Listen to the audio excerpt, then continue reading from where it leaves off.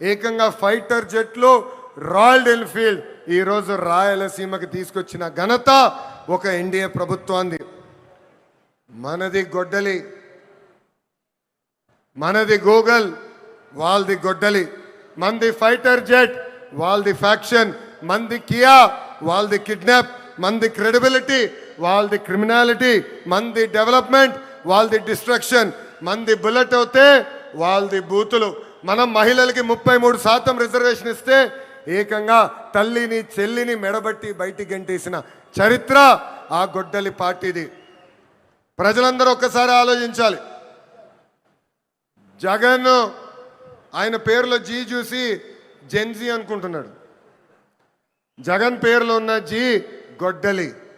అందుకే ఆ పార్టీకి గొడ్డలి పార్టీ అని ఈరోజు పేరు పెడతాం జరిగింది. జగన్కి సిసిడి జబ్బు ఉందండి. సిసిడి అంటే ఏంటో తెలుసా? క్రెడిట్ చోరీ జబ్బు, క్రెడిట్ చోరీ డిసార్డర్. ఏకంగా పేపర్లో వార్తలు వచ్చినాయి, ఆంధ్ర రాష్ట్రానికి ఆర్సిలర్ మిత్తల్ ప్రాజెక్ట్ వస్తుందని. ఆయన ప్రెస్ మీట్ పెట్టి ప్రాజెక్ట్ రావట్లేదు, పక్క రాష్ట్రానికి వెళ్తుందని చెప్పారు.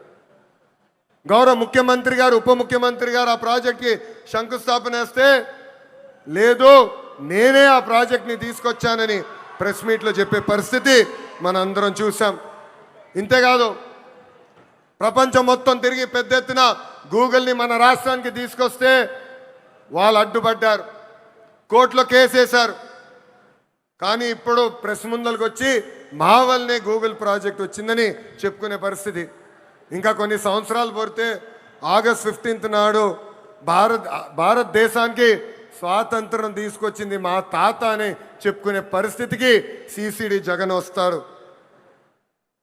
జగన్ కొన్ని కంపెనీలు తీసుకొచ్చాడు. ఆ కంపెనీ పేర్లు మనందరం మర్చిపోయాం.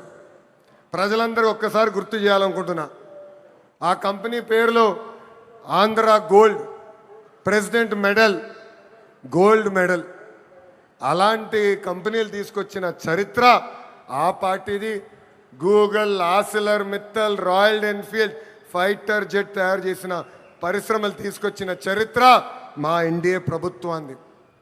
చిన్నప్పుడు 10th క్లాస్ పేపర్ లీక్లో టీచర్లు జగన్ని చితకబాదారంట. అందుకే టీచర్లు చూస్తే ఆయన చాలా కోపం, కక్ష. అధికారంలో ఉన్నప్పుడు మద్యం షాపుల ముందల కాపులాగా నిలబెట్టారు ఆయన టీచర్ని. ఏకంగా మనం డిఎస్సి విడుదల చేస్తే 226 కేసులు ఆ డిఎస్సి పైన వేశారు.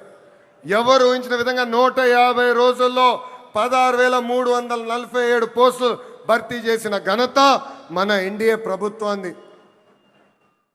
నిన్న ప్రెస్ మీట్ నేను చూసా.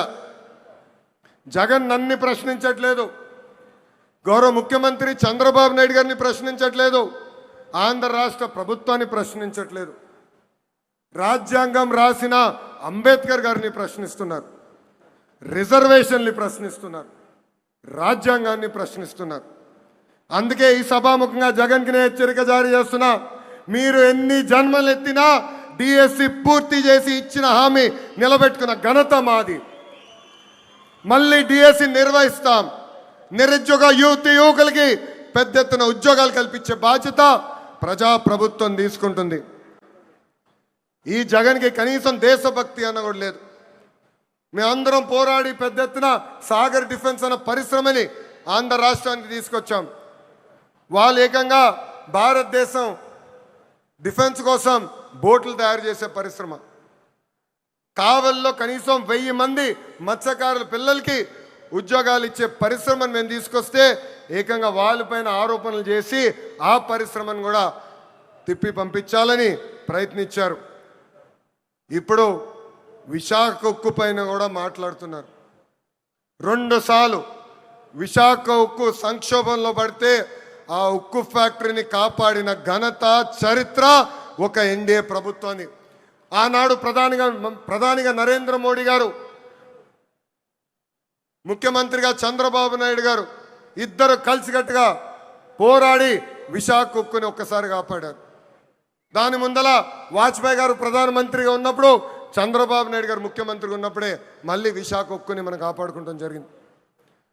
మన విశాఖ ఉక్కులో ఒక యాక్సిడెంట్ జరిగింది. 9 మంది కార్మికులు చనిపోయారు.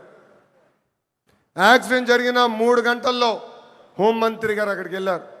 6 గంటల్లో కేంద్ర ఉక్కు శాఖ మార్చులు వచ్చారు. 12 గంటల లోపల ఏకంగా గౌరవ ఉప ముఖ్యమంత్రి గారు నేను కూడా వెళ్తాం జరిగింది. అక్కడ కార్మికులు కలిసాం, చనిపోయిన కుటుంబాలని పరామర్శించాం. వాళ్ళకి ఒకటే హామీ ఇచ్చాం, కేవలం డబ్బులు ఇచ్చి చేతులు దులుపుకునేదానికి రాలేదు, శాశ్వతంగా మీ కుటుంబానికి అండగా నిలబడడానికి మేము వచ్చామని చెప్పాం. ఫుల్ టైం ఎంప్లాయీస్కి ఇప్పుడు ఏకంగా 2 కోట్ల రూపాయలు ఆ కుటుంబాలకి ఆదుకుంటాం జరిగింది. కాంట్రాక్ట్ ఉద్యోగస్తులు ఎవరైతే చనిపోయారో ఆ కుటుంబానికి 1 కోటి రూపాయలు ఇచ్చి ఈరోజు ఎన్డీఏ ప్రభుత్వం ఆదుకుంటుంది. ఇన్ని చేస్తున్నా అక్కడికి వెళ్ళి మా పైన ఆరోపణలు చేసి ఇచ్చే 2 కోట్లు వద్దు, 1 కోటి రూపాయలే ఇవ్వండి అని చెప్పే పరిస్థితికి వచ్చాడు పులివెందల శాసన సభ్యుడు. ఇది ప్రజలందరూ గుర్తుపెట్టుకోవాలని ఈ సభాముఖంగా కోరుతున్నాం.